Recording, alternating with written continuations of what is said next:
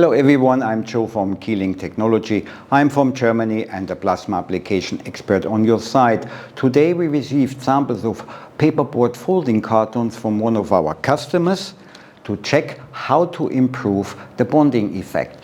Such folding cartons are most commonly used for retail products. As you can see, without any pre-treatment, the adhesive bond strength is very low. Now we will use our low temperature plasma surface treatment to see the changes. You can see using plasma treatment to improve the adhesive bond strength of folding cartons produces remarkable results. Generally, using plasma surface treatment for paperboard folding cartons, you would mainly have advantages as follows: microfine cleaning to optimize the surface adhesion, surface activation, which improves the adhesive bond strength of specially coated or laminated materials such as PE, PET or BOPP films, UV lacquered surfaces, as well as recyclable materials. Based on the used low temperature, there will be no thermal effect or any other damage